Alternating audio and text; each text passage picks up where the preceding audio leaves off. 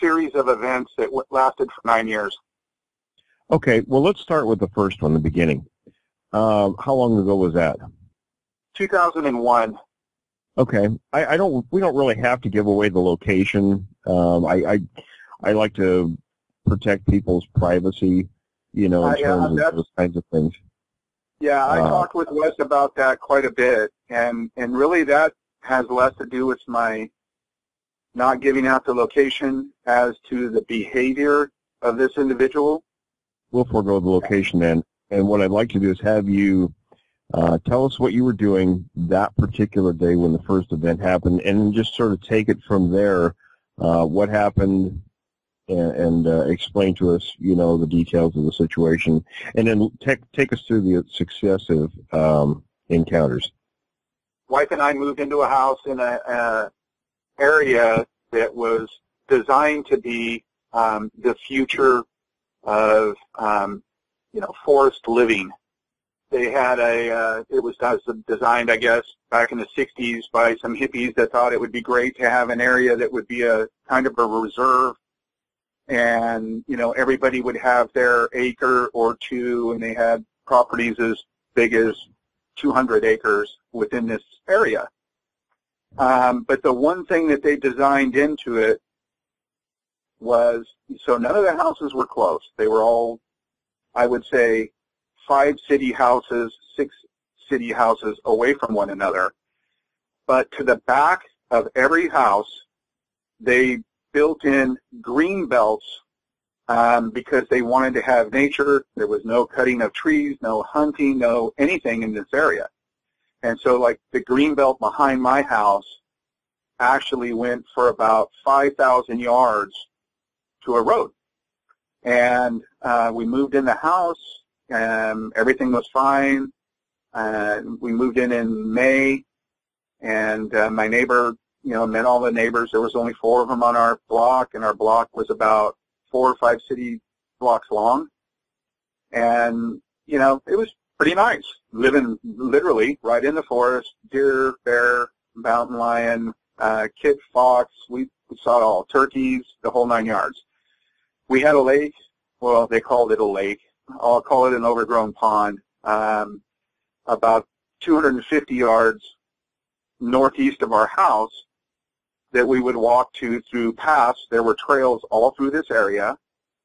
So even though it was a very large area, there was houses were kind of splattered all through it. It eventually went defunct and bankrupt, and a group bought it, and it kind of sits the way it is today. Very sparsely populated, but a lot of area for growth that just never took place. So in the fall of 2001, I noticed around hunting season, that August, September, October time frame, depending on which hunting season, there were always a large number of deer around. But during hunting season, it became almost a problem. There were numerous times where I would see, just driving to the end of my block, 20 deer. And I thought, wow, this is strange. And so I had asked my neighbor about it, and he said, this has just started the last couple of years.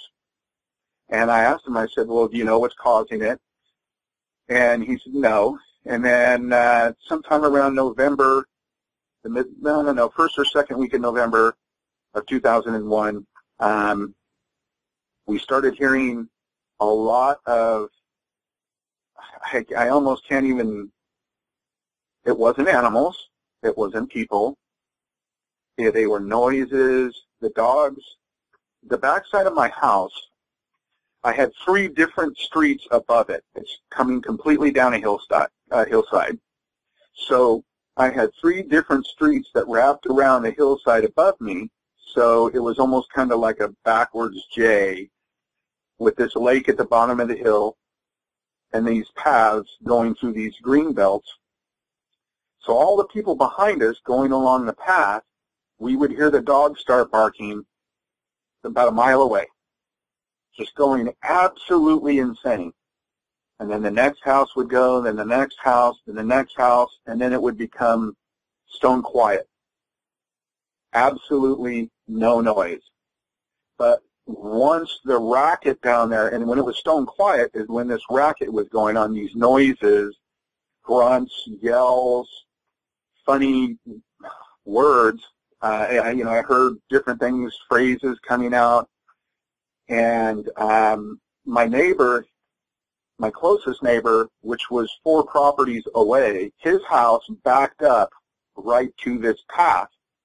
He had 2 very big, very aggressive dogs, and whenever this would take place, those dogs turned into cowards.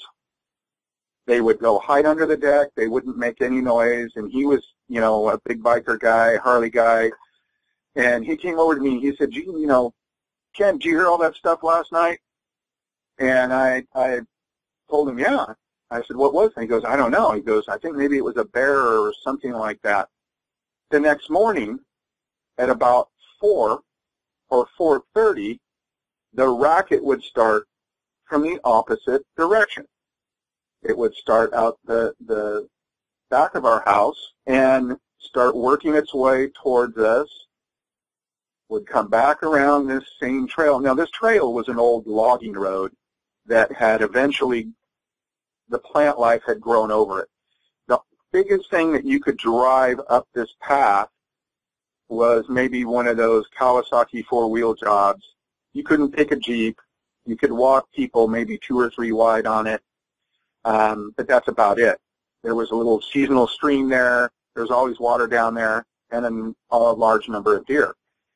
So all for the month of November that year, this happened, but it continued to get worse. And it stopped around the 1st of December, and I thought, oh, okay, didn't think anything about it. 2002, springtime, late March. It was, in fact, I know exactly when it was, a week before my cousin's birthday, so it was the last week of March. The whole thing started back up again. The deer started moving down around the homes. The racket would start at night. It would stop. It would last. This whole thing that was going on would take about 20 or 25 minutes for this thing to work its way through the area. I had no idea what it was at this point. And again, in fall of 2002, it was even worse. Each progressive time, there was more noise, more racket. I hadn't found anything odd at that point. My neighbor was freaking out because he was hearing these noises literally right out his back door. Was this a particular time of day? It always started at night, and it happened again the following morning. Okay. And I had figured it out. It took me a long time to figure it out. Maybe I'm slow ahead. I apologize. But 2004, the spring of 2004, I ended up having to have several operations on my ankle. I blew it out lifting weights and had to go to the doctor. This is kind of relevant to how I found out exactly what this was. He gave me a bolus of steroids to remove the swelling in my ankle after about a week after the surgery. I was supposed to be walking on it. I couldn't walk on it, so I was a irritable, grumpy bastard, and my wife made me stay in the guest room that faced the trail that was about, I'd say, 105 yards away out our window down a hill.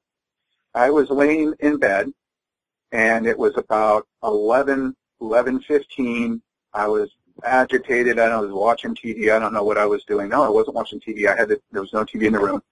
I was just laying in bed, and I all of a sudden started hearing this noise. And it was so damn strange. I was looking around. My wife's dog, which was in the room with me, got up and fled. The windows of my room started vibrating, and when I was saying vibrating, they were dual pane windows. I know I paid a bundle for them, and I thought they were going to fall out of the wall. And I kind of hobbled off the bed, and I could see outside. My porch light, the front porch light was on, and I could see this. I don't know what Wes and I went over this today. It was an adolescent deer. It was one that was probably just released by its mom by a month or two, maybe 3, fall the year before, so maybe 4 or 5 months. It wasn't very old, and it was out on just to the edge of where it starts to drop off to this trail, but there's a bunch of very young, about 100 fir trees that are all packed in this area, and it was just to the left of the fir trees, and I could just see it, and this thing was acting strange. It looked like it was spazzing out. Its head was kind of twitching and bobbing. It was standing in one place. Its right front foot would lift off the ground kind of shaking, and when it would go down to the ground, the left rear foot. So all of this was kind of taking place, and I'm looking out the window, and I've got my face to it. This window's vibrating. I can hear this low growl, rumble type thing. I don't know what you would call it. Kunbo, in your second show that I listened to just last week, nailed it. It went on, and I could see a very faint outline of shoulders and a head. The one thing I know about the forest, I spent a lot of time in it, camping, the whole 9 yards, hunting. The one thing I know about the forest is you don't see straight, even, nice curved lines like that. And this deer was doing the funkadelic. This thing was standing about, I would say, 40 feet maybe behind it, and I could only see from about the chest up. It was extremely big, had no neck. I could just see the outline.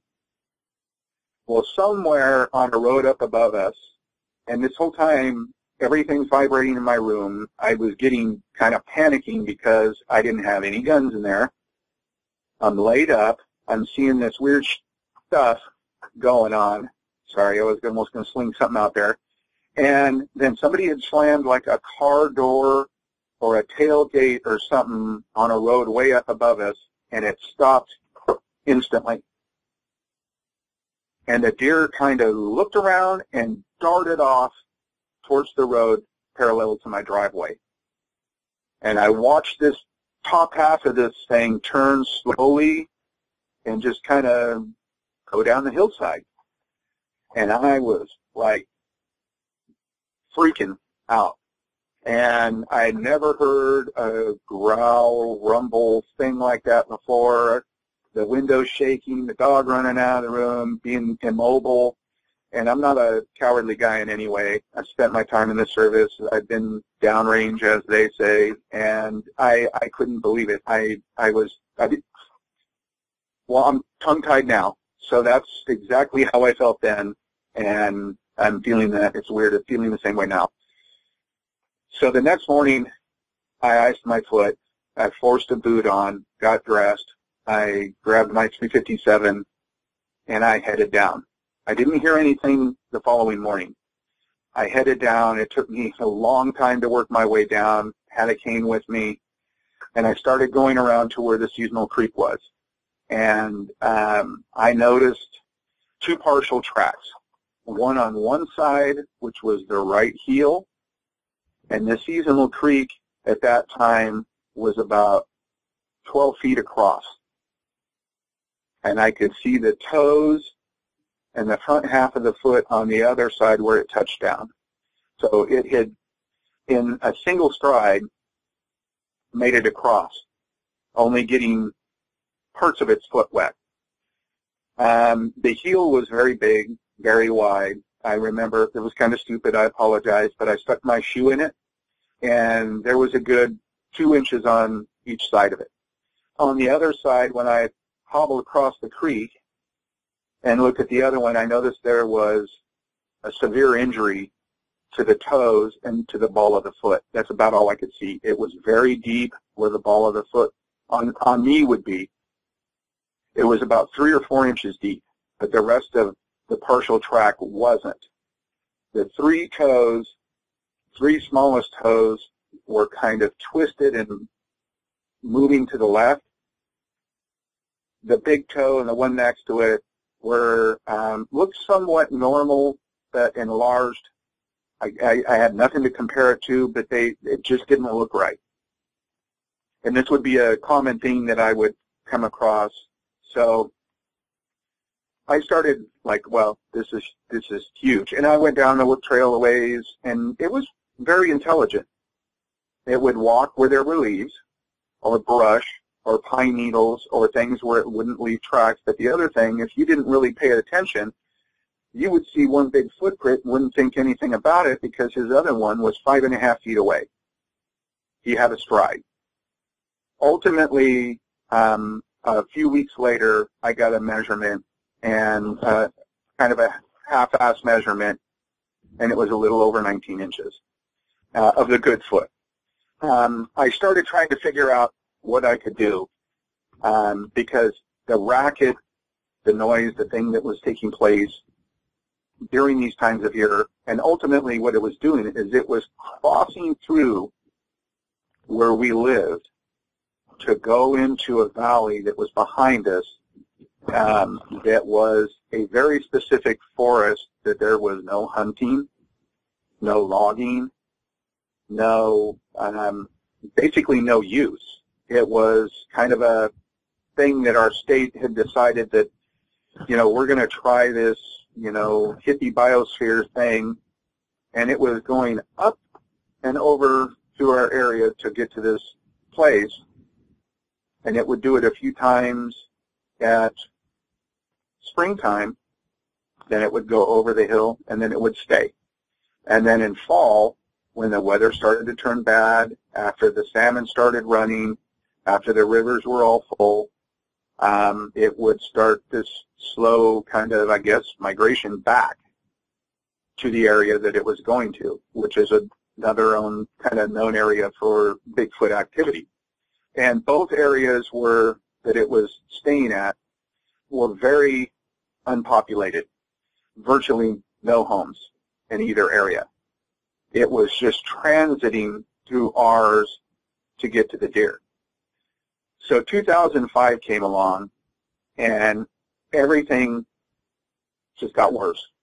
2005, springtime, we had a huge number of deer around our property. I mean, and when I say around our property, they were right off our deck sleeping. 6 in a pack. Other side of the redwood trees, 6 in a pack. There were some out a little ways. You look at I'd drive home, I'd see 4 or 5 around my neighbor's house, 6 or 8 around another's. They were all over. I knew it was starting. And I thought to myself, well, I want to see this thing. I get the bright idea that I want to see this thing. I had a good night vision set up. It's an older one. They call it a generation 1.5. But it's got very good vision. It's got good distance. It's got about a 2.5 power magnification. And I found a spot on the top of the hill where this J kind of bends right where the seasonal creek is. I decided I needed to be kind of smart. So I grabbed a couple weapons, got some extra clothes bundled up, put some fire smoke out of our wood stove on me, rubbed pine leaves and pine brush all over me to try to cover my smell, and I went and huddled out there for about 3 hours one night. I had my night vision. It's funny thing, I told Wes this earlier. I noticed the dog thing starting. I'd been out there about an hour and a half, so it was probably 10:15, and I noticed the dog thing starting. And the funny thing about it is when the dogs didn't know what it was, they were going nuts. But when it got close enough to figure out what it was, they would shut up. And all of them would shut up but one. And it was a great, big, huge pit bull that a lady had to protect her pot. This thing was huge. Well, this thing would go on. Sometimes I could hear her yelling from 2-3 blocks above me to let, for it to come in because it was going nuts. I had my night vision out, and I had it on, and I had the infrared off on it, and I was watching, and lo and behold, here it comes, walking in that weird, the legs almost look like a cross-country skier. Yeah, they walk with their knees bent. It is the strangest thing, and it was dark towards the bottom. It was lighter on top. No neck, big wide. I'm a big guy. I'm an ex-power lifter. You know, I used to get 500-pound bench presses, 1,000-pound leg lifts, things like that. I'm a 6'4", 285 pounds, and I'm a menacing guy. I'm not a very pleasant guy when I get angry, and I'm sitting here looking at something that made me feel like an absolute pussy. This thing came walking towards me. I apologize for that, Shannon. This thing came walking. It was about maybe 60, 70 yards away. It was just coming into view, and it already looked bigger than me. You know, through the night vision. So I was trying to wrap my head around what I was looking at over the fact that it had no neck. It literally, its head was sitting on muscles. The one difference between everything that I've heard on your show and what I was looking at, it was wide, it was ripped, it was, you know, that V shape, the strange walk, but he was thin. He wasn't big and bulky. He looked old, to be honest. And it could be, and sometimes, you know, some of the very young and the very old, like in the springtime, haven't fed well through the winter. I've had reports of very, very thin ones, but it's not often. This was springtime, and yeah, that's what I would expect. Yeah, and it was thin. It was bad-tempered. I watched it maybe 5 times that year, either in the morning on its way back. At this point, the job that I had allowed me to have a lot of time off, and paid time off, which was kind of nice. I got about 4 months a year, and thankfully, both windows fell through most of it, some of the time off. And I had watched it walk by. I had no clue I was there. I was very silent and everything, and it can just walked on. Now, the area that from where it came into vision and where it went out of my vision, I had a good amount of time to look at it. It was favoring the left foot still. I had noticed that it didn't seem really occupied with anything that was going on around it. It just was walking through, just like it had a purpose, had somewhere to go. About 3 or 4 mornings later, my wife was gone for work. My daughter hadn't been born at this time, so I went out there early in the morning, and I camped out, and I wanted to see if it was going to come back the same way. Now, it always didn't take the same path. There were sometimes it would go back another way. Sometimes it wouldn't come in our way, but would go back our way. But I started over time getting an idea of where it was traveling, judging by the dogs barking. Seems dumb. Those 2 times a year when these dogs, I mean, they went nuts when deer were around, but at night and in the morning, in those 2 time frames, it was insane.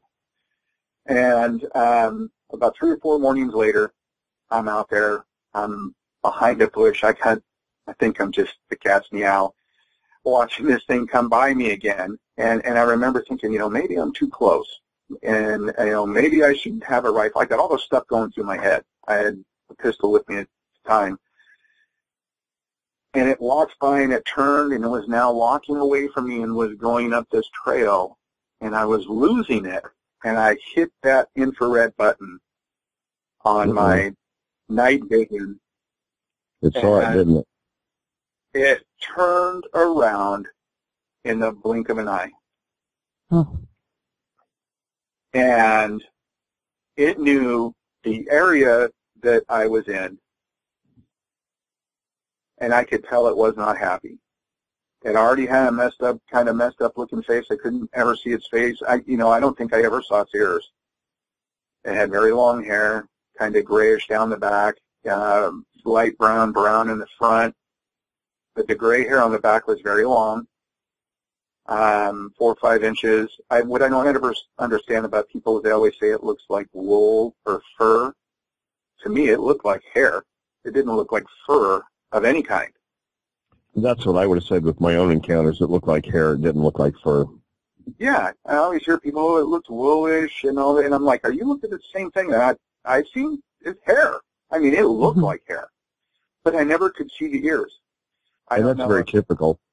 That's very typical. Oh, yeah. The vast majority of sightings, nobody ever sees the ears.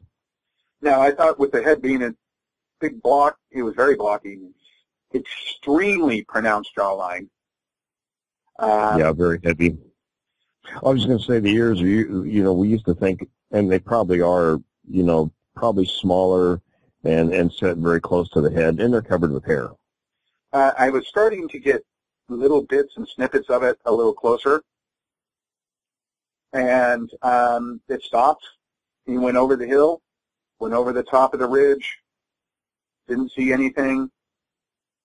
A lot of people were talking about strange activity all year.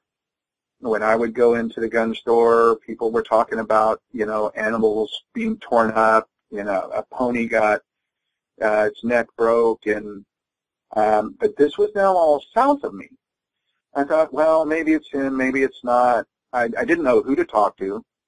I had started looking online. I started reading, and everything I read was all over the place. And by this point, it didn't seem to be bad. It just seemed to be passing through, except for the strange behavior, the noises, and the occasionally throwing a tree or something, right? And the fall of 2005, it all changed. I don't know what it was with its demeanor. And by this time, I had been looking on all the other trails, the logging roads, for tracks of another one, never found any anywhere, except for the other path that he was using, and or a couple of other paths that he was using when he wasn't using the one close to my house. It was about 10 or so at night. My wife and I were, I don't know what we were doing, had the TV on in the family room, and we started hearing this of a young deer just crying out. And I remember walking kind of out of the kitchen and we could hear this over our television. I mean, it was wailing, absolutely wailing. And I went out and I turned the TV off or down. I opened up my front door, and I remember looking over at the clock, and I could hear this thing just wailing and wailing and wailing. It went on for over 6 minutes. And I thought, oh, my God. And, we had these deer all around the house. The deer were all shifting away. They were all running, away from the noise. And I thought, well, I'm not going down there now. And so I waited till well after sunup, about 8 or 9 o'clock, grabbed a rifle, pistol, headed down there. Took me a little bit to find it. I kind of knew the area very closely to where it was at, but it was right off the trail, and the game used the trail too. And its hind leg was ripped out of its socket so violently that it had tears in its fur on the inside underneath. I started looking more closely at it, and there was a big opening and blood right at the base of the neck. There was a great big huge footprint right on its leg, its left front leg. It was laying on its right side. You could see a muddy footprint where this thing stood on its leg, grabbed its snout and the base of its skull, and pulled its head off. And the head was I had told Wes earlier, it was very similar to the pics from Oklahoma, except it was the hind leg, not the front. The leg wasn't broken. It was literally ripped out of the socket, like it had turned it all the way up over its back. And there was an opening. There was some insides missing. The head was, 10, 12 feet away. There were a lot of birds, crows, ravens, all that stuff about nothing will ever touch the kill. There were flies on it and everything else, but it didn't take the whole deer. And that kind of puzzled me. And then I started worrying about, God damn it, I'm standing here. If this thing's around, I didn't hear anything. It was kind of quiet. You So wouldn't be in a good place. Yeah, and I just remember looking at it at first, and then I got this kind of panicky feeling, and I pushed. I knew which deer it was too. It was the one that frequented our house. It had a little notch in the top of its ear, and I pushed it up underneath some brush. I didn't, because kids come through there sometimes in the afternoon, or families. I didn't want anybody finding it, and it was visible from the trail. And I left. And then at night I heard a little bit of ruckus and heard some weird sounds. And I had told Wes that it sounded like it was saying north or out. And it made little short bursts of like anger noises. And then it was quiet. I went back down the next morning. Deer was gone. Head was still there. But the deer was gone, and from that point on, it turned into crazy town. I called the BFRO after that, and I went through a whole bunch of, called the BFRO, had a bunch of back and forth. They wanted to come out and talk to me. I wasn't too keen about it, both for the reasons I've stated to you guys. And so one person passed me off to someone else, who passed me off to someone else. And then finally someone called me from up in Eureka, and they gave me a name of a guy to call and told me to call him on a certain day. And I had stopped going down there or even trying to watch because the noises were becoming more insane. It was, we were finding more debris, trees being pulled out and thrown, none of the twisting, none of the X's, nothing like that. It just seemed like anger stuff. And so I called a guy on the day, and he asked me if I wanted to do an incident that he'd be willing to drive down. He told me his name was Jim. And then he proceeded to tell me about what an expert he was. I've been on 6 expeditions. I've been on television. And it started out squatch this, squatch that, squatch, squatch, squatch, squatch. And at some point I had to tell him to shut the F up. I don't mean to laugh, but those people crack me up. Well, honestly, I think it's that idiot that's on the TV show. His name was Jim. What's that idiot, Dumbo?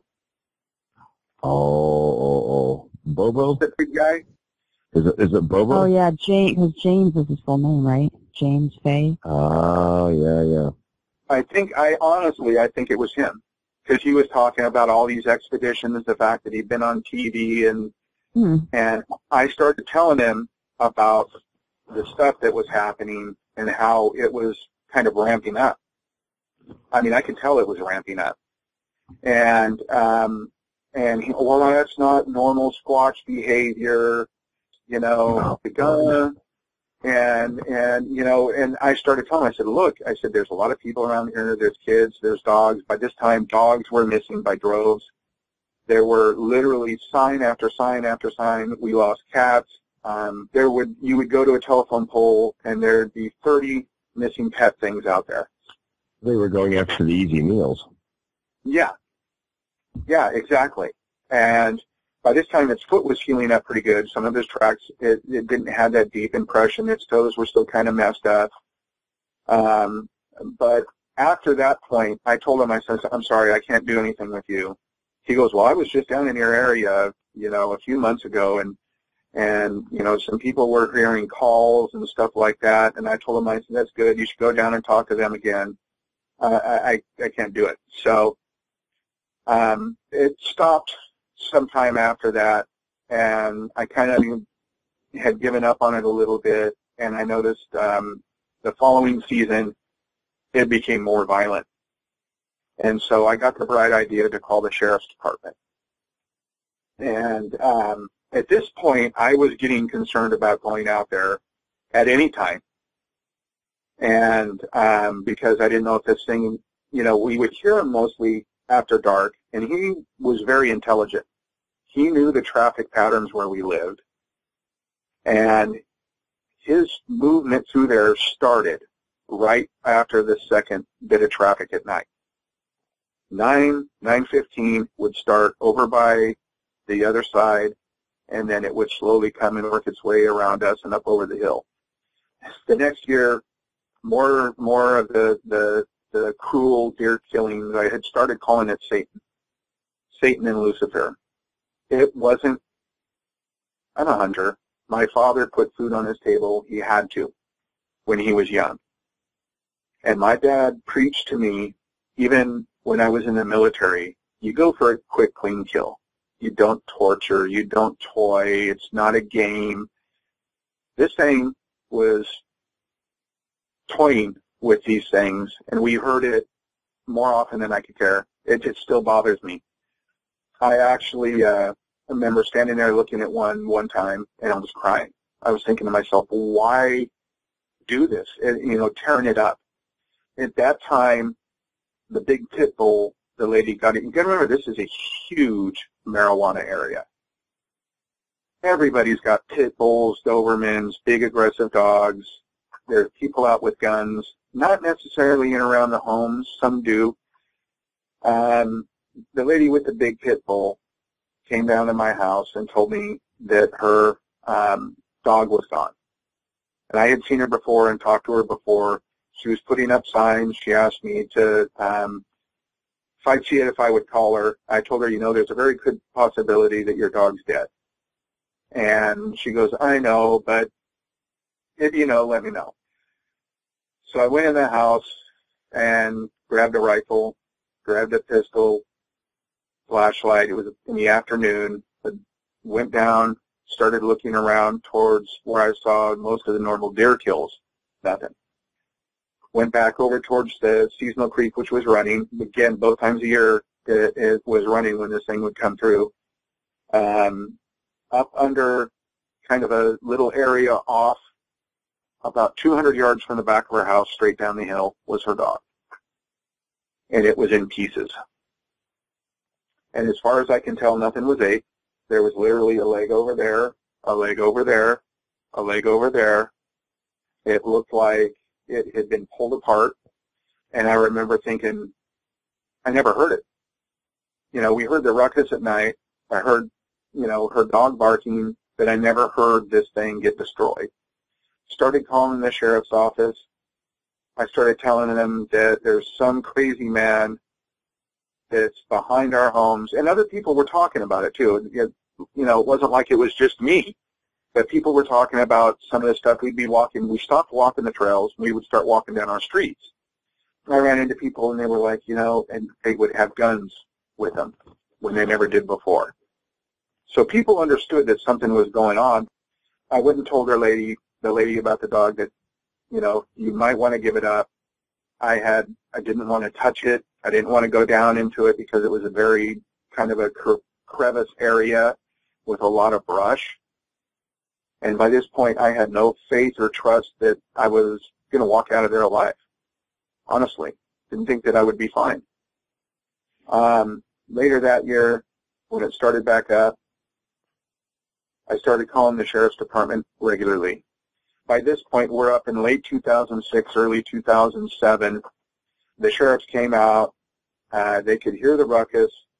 They kind of slowed down because the sheriffs had all their lights pointing down this hill in front of my house towards that area, and it kind of quieted down. And I told them, well, aren't you guys going to walk down there?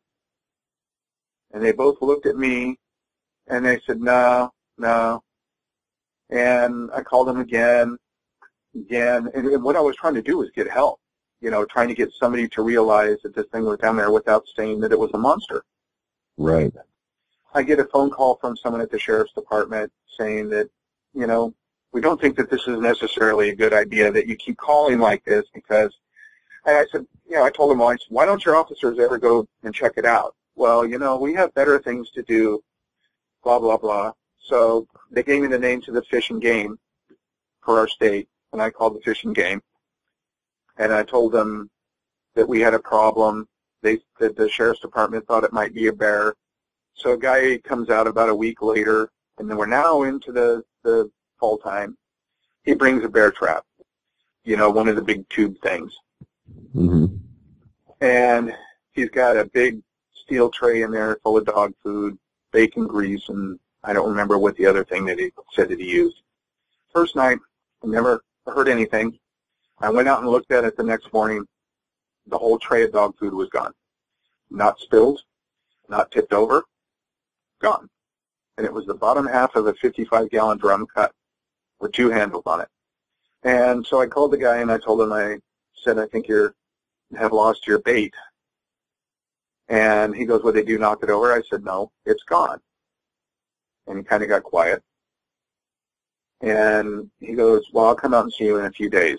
I'm over in this other area right now, and I don't have time to come pick it up. He came over and he picked it up, and he said, this could be another problem, but he wouldn't really say. And so I started talking with him about it, and he said, they have these problems over in this area and that area. And he goes, there's really not a lot you can do about it, except for, the same things that I was trying. I finally decided to get the bright idea to get rid of it. And I went out. It was late. I was kind of hanging out over my regular hidey hole. I saw it walk down the trail and go to the right of a big area of brush. And I watched that area, and I watched that area for about 20 minutes, and I thought, it's gone. I'm watching and I'm watching and I'm watching. Don't see anything come out the other side. Didn't hit my IR. I could see the pathway where we would walk. I thought, okay, well, it must be gone. So I walked down the hill very quietly, started walking down towards where this opening was. And there was about a 2 or 3 foot opening above your head where the brush didn't touch. And I had a good, very, very good view of this trail. I got closer and closer and closer, and I saw where it walked up to the right behind the shrubs. God, this almost sick to my stomach. And I could see that it's not there, and I'm kind of looking, and I've got my rifle in my hand. One hand, I have my night vision in the other, and I kind of look off to the left, and there he is. I dropped my night vision. I dropped to my knee. I raised my rifle up. I had the safety off. It was in a half fraction of a second. I could see just the top of his head, about most of the right side, eye, half the nose, the shoulder, the mouth. It was less than 5 or 6 feet away from me, just on the other side of the shrubs that were on the opposite side of the trail. I have absolutely no idea how it got from one side of the trail to the other. It either climbed a tree, or it jumped, or it ran a hell of a long ways down where I couldn't see it and turn around and came back. And I've got my gun, and I had a Mini 30 with me. I had this barrel pointed at this thing, and it was kind of leaning towards me, and its head was kind of coming over the brush, and I could hear its hand working its way through the brush. I'm taking slack out of the trigger. I'm looking at it, and just as fast as it started, it turned and walked away. And I think the motion that it did with the leaning over and putting the hand through was letting me know this was going to be a mutually assured destruction scenario. I had a headshot. Could have very easily taken it. I could have dumped 10 of them in his head before it left. I went back. I went home. I was scared. Not going to go into the whimpering or changing the shorts moment, but it was pretty darn close. The only thing I think that ever scared me more than that was indirect fire. I went back around noon the next day and couldn't find a way how he got from one side of the trail to the other. Are you sure it was the same individual? Oh, it was the same one. The gray hair, the gray. I was so damn close to it. There was enough moonlight. It was the same one. In fact, he had the same effed up left foot. Now, whether he walked on pine needles and walked a long way, there's other options. I'm just not saying that he beamed himself up like Scotty and moved. Right. There's all kinds of things that happen out there. Yeah, he did something clearly that was smarter than I. So he had known that I was there, obviously, off and on for a while, and he let me know that he didn't like it. He didn't make a noise other than leaning kind of over so his head could get closer, and his head was messed up. I told Wes earlier that I think Down syndrome was kind of the thing that we came up with. Didn't have the pointy cone head, though, but I can tell you close how tall he was. I'm 6'4". When I reach up and touch my 9-foot ceiling, my fingers are bent about, I got another 3 inches to go. He was every bit of that, if not more. Head was very kind of blocky, almost looking, very, very pronounced jaw. The eye was kind of, I don't know. It was black. Nose looked like a 7-year-old Michael Jackson that had been punched 20 times. Mm-hmm. It was, it had the long gray hair, had some hair kind of hanging towards its eyes, and it had hair up on its cheeks. But you could see its eyes, and its eyes were kind of far apart. When he kind of turned and bent over, they seemed unnaturally kind of far apart. They didn't seem close. Yeah, it's different than human proportions. Yeah, it was very odd. His head, easily bigger than mine with a helmet on. Yeah, they're massive. I didn't see the ear. No hair. It was covered with hair. But, I mean, there wasn't even like something sticking out like where the ear would be. It was weird. Yeah, they lay pretty close to the head. So it left. 2008 came. We had huge fires in our area. A lot of things, strange things started happening, but I also noticed more people were complaining in other areas. So I was getting the impression that this thing wasn't leaving our area as much and was just going for whatever it could get. We had an idiot DFRO person that was associated with him. I don't know what she did, that was close by us that was leaving apples, big bags of apples, old apples out there. The dog thing continued. By this point, it was now coming closer to the homes. It wasn't sticking to the trails. Late 2008, after most of the fires, we had a lot of fires around. There were several sightings all over the county during that time. The lady that had moved in, which would be across the street from us, she was still quite a long ways away. She was 6 months pregnant, just starting to show really good, had that nice little bump out.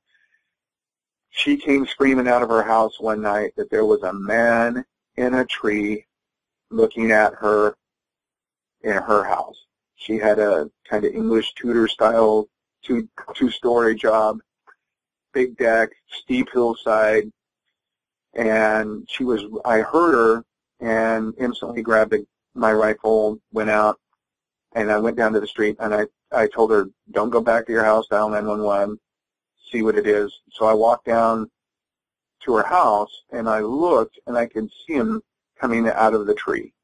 She thought it was a man wearing a fur coat or a fur jacket of some kind. And he went down the tree. The tree was probably a 180-year-old redwood, so it was probably 200 or so, close to 200 feet tall, maybe it's a little older than that. It went down that tree like a squirrel. Like a squirrel. He was so far up in the top of the tree that the tree was slain. And he shimmied down this thing and was gone. So at this point, I know he knew who I was, and he damn well knew I knew who he was. Sheriff showed up. They went down there again. They saw me, weren't happy, wouldn't go down. Ended up calling the sheriff a few more times. My neighbor lost both his dogs. People down the street lost their dogs. Called the sheriff's one time when it was going berserk. The neighbor that lived next to me that had lost the dogs had moved out. This was 2008. We're getting up around 2008, 2009 now. huge crush, stock market crash. A lot of people were overinflated on their homes. And literally half of this neighborhood I lived in was empty. And that just made things worse. But it made it easier for me to go poking around. And I went around the back of my neighbor's house, and I would sit back there and watch it. But the good thing is I was a lot better hidden. At this point, it was having bag lady moments. And I'm not kidding. It would walk, it would stop, it would fling its arms around and make these noises and walk off. And a lady, the following winter, now the deer thing was a steady thing. The deer were being found fairly regularly, still kind of migrating, but the following winter, this time my daughter had been born and I was spending more time with my wife and kids. I was waiting to take my daughter to see a specialist, and we were parked down at the end of the road. It was really icy, and we were waiting for the ice truck to come by. There's light snow on the ground. It was about 6, still dark, and she was sitting in her child seat in the back, and I see him standing out in the middle of this road, waving his arms at a car coming down the hill. The lady actually crashed her car. It went off on the side towards the edge of the lake, and she was sitting there looking out the window with this thing waving its arms, and then it just turned around and walked off. And it was all icy and everything, and I thought, well, I think I'm going to head home and call the doctor and tell him we're not coming, because we had a long drive ahead of us. And I went home and took my daughter home, and this stuff started happening in so many places. I started noticing, I went to a little market that was in our area, and I kid you not, there were 250 missing pet signs up there. So not only was he doing this where we lived, but he was going other places when we didn't see him. I don't know if it was in the daylight, if it was whatever, but he would at times, when he went over the top of the ridge late at night, by this time I'm now driving around at night trying to figure out where he's going. And I figured out for the most part where he was coming from and where he was going to. He'd go over the top of the ridge and he'd go over this valley behind us that was empty. The only thing that runs out there is a set of railroad tracks that are only used for seasonal train ride stuff.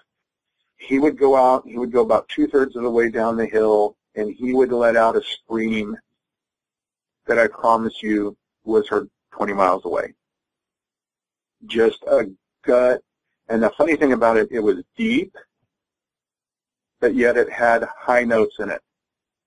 Just a ripping, and it would go on for about a minute and a half, and then it would walk on down into that valley.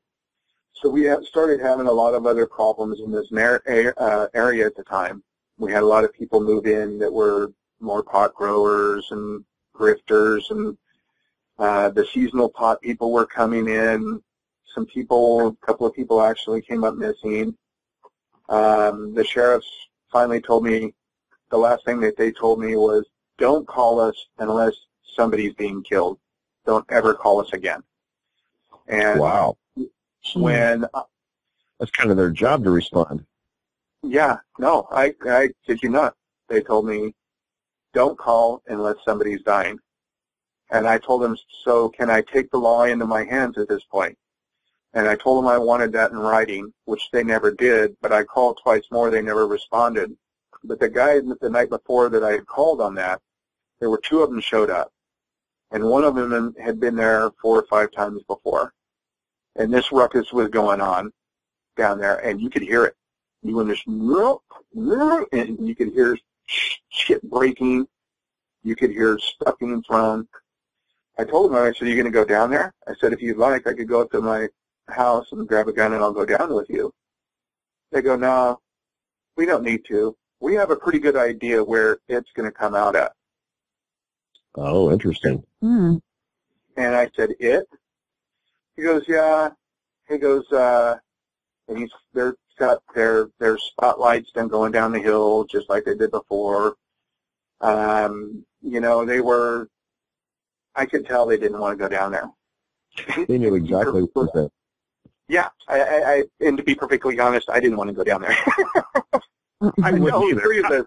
I thought with three of us, I might have a little bit bigger balls, but I didn't. They left, and I heard them drive up to the street above us, which had better visibility down into the valley, down to this area. But they left, and then I got the call the following day that I was never to call them again unless somebody was dying. So many things happening in the area, both with this and with, these strange people coming into the area. Like I said, a couple of them disappeared. They had a lot of disappearances during the last few years that we lived there.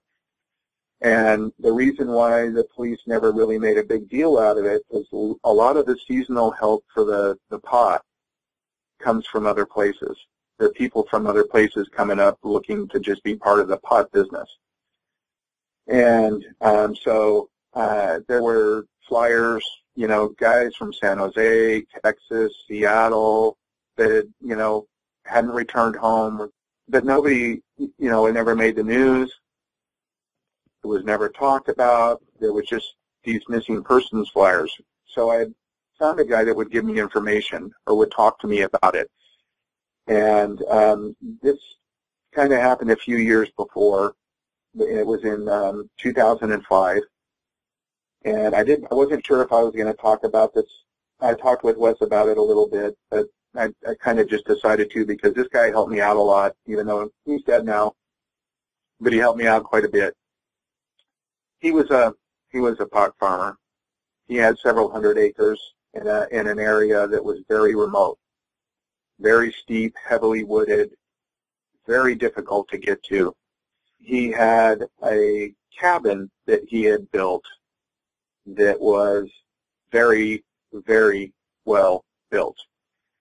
And he had been doing this for a number of years. He was a wealthy man. I don't know why he continued to do it. He owned $1 million home over on the coast, or actually a multi-million-dollar home. But it's just what he did. He got burnt by the government, and he wanted to kind of burn him back, I guess. I had found him through a friend. And in 2005, I went and met and talked with him. Obviously, he's very paranoid. He literally spent 6 or 7 months a year watching his crops. Hundreds of acres of pot. And it was intermingled, down the hillsides, water system, forest, can't be seen, very secretive. These guys are very, very good at this stuff. I talked with him quite a bit about it, and he told me, he said, I've had my problems out here, and he goes, I have problems out here to this day. And he had told me that several years before that, in the late 90s, 98, 99 time frame, he started getting harassed. He said, and it started out a lot like a lot of your listeners, banging on a cabin, a rock here and there, and he had rapidly escalated. Yeah, the situations ramp up. Yes, and he told me this, and this is where I got the only little knowledge I have about the situation now. He told me, he said that if you ignore them, they may not ignore you, or they may. I looked at he showed me his cabin, and it was about 20 by, not even that, maybe 16 by 18 or 20 with a little loft. He built the loft after his first major incident, which I'm going to talk to you right now. He, in the late 90s, started having a problem with one that was about 7 to 8 feet tall, and he doesn't know how it started. The thing seemed to be fixated on his cabin, and it would come around. Now, the cabin only had 2 windows, and they were east and west, so sunlight in and sunlight in the evening. The rest of the time, he was out tending to stuff. He had a generator buried underground in a 20-foot container unit with all of his supplies and stuff, and he was very, very heavily armed. Those guys have to defend their crops, and they do it, and they will kill you. And he was dead serious about it. He was ex-military, and he made a lot of money. He told me he made $600,000 or $700,000 a year, cash. I asked him what happened. He said, well, it just continued to the point where small things. And, the banging, and he'd be out during the day and a rock the size of a grapefruit would fly by his head. He wouldn't know where it was coming from. And then, so he started getting kind of panicky, and so what he noticed is it was late in the afternoon, all night, and in the morning, and he was becoming extremely paranoid. And he had built on the inside of his front door was made with 2x4s. And it was literally blocked in with 2x4s, and it was the most solid door I'd ever seen. It had an old-fashioned iron latch on the inside and had a rope that went up under the eaves to the top that you could barely see where he would pull it to open it. He had about a 4 or 6x6 opening in the door that he would put a 2x4 behind where he could look out at his crops because his cabin was right at the top of the hill and he could see right down the hill. This thing got to banging on the house, and it was multiples at times, single at time. He was getting to the point he was now drinking because he was paranoid and scared. He was drinking a lot of alcohol. Finally, he hears a big commotion at his front door, and he takes this 2x4 off this little peephole that was about 4x6, and literally was a hole. There was no glass, no nothing. And he opens it up, and he sees the back of a head out his front door. And all he said, he sees his hair, and by this time he had seen him several times. And he took a .357 and shot it promptly in the back of the head. And it dropped right there where it was standing. There was a bunch of commotion outside. He didn't go outside. He didn't do anything. The next morning, he found it laying out there. He couldn't move it. He said he became kind of distraught when he rolled it over because of how human-looking the face was. When I told him the one that I saw, he said it didn't look like that. He said it looked very human. And it bothered him. And it bothered him to the point that, he started drinking more. He eventually died a few years after that, or a few years after I talked to him in 2005. But he didn't know what to do with it. He didn't want it on his property because of the fact that it looked so damn much like a human, except for big and hairy. He had to take a chain and wrap it around its legs and drive it down the road, and he dumped it in the river. And he said it went about 100 yards down the river, and it got hung up on some rocks and a couple, log snag type of stuff.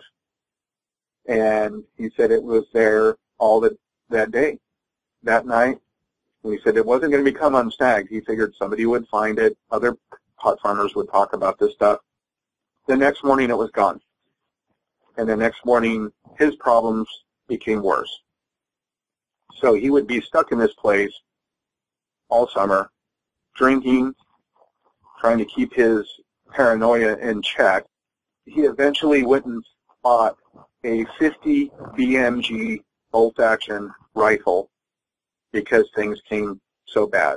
And when I saw him, he had at least 20 weapons in the house, everything from H&Ks, but the 50 BMG I saw, and he said about 6 or 8 minutes later, he shot a second one with that from the roof of his cabin because they would not leave him alone. His crop came in. He never touched that. He doesn't know if it died. He didn't, he said it kind of went down the hill and was tumbling. But anyone that knows a 50 BMG round, I doubt it got up. Yeah, 50 cal is pretty serious. Yeah, and he showed me the bullets, and he was using 600 grain bullets, and he died a couple years after that. I actually bought some of his guns, but he kind of told me a lot about what they do, and he said if they decide to fixate on you, you're in trouble. And he told me to kind of try to let it go as much as I could. But with the problems that I was having in my neighborhood, my wife and I had finally, because we had a daughter, she was very young, everybody on our street was now pot growers. And we had other bad behaviors going on. People were now shooting, most likely at this at night. We could hear it more frequently. Its behavior became more deranged. And so my wife and I just decided in 2011 to leave. and we left.